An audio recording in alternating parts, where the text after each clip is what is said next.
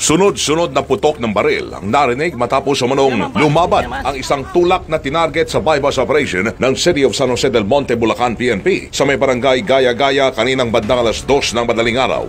At nang humupa ng engkwentro, natagpuan na lamang na nakabulagta sa may gilid ng kalsada ang suspect na kinilalang si Michael Lasala.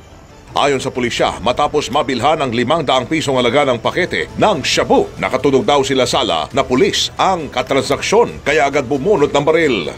Kung napansin niya na kaduda-duda yung transaksyon niya, bigla na lang nagkaroon ng putukan dito sa area na ito, kung saan kinasawi po ng suspect. Parte raw ng parehong watch list ng PDEA at pulisya si Lasala pero piniling hindi sumuko sa otoridad.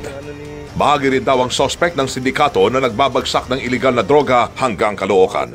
Ang talagang transaksyon niya ay pagbibenta ng iligal na droga.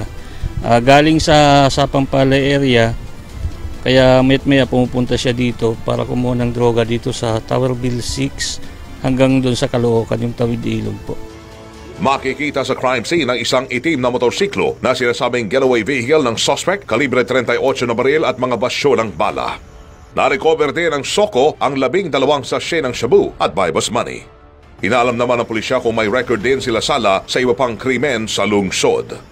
Weng de la Peña, Radio Pilipinas.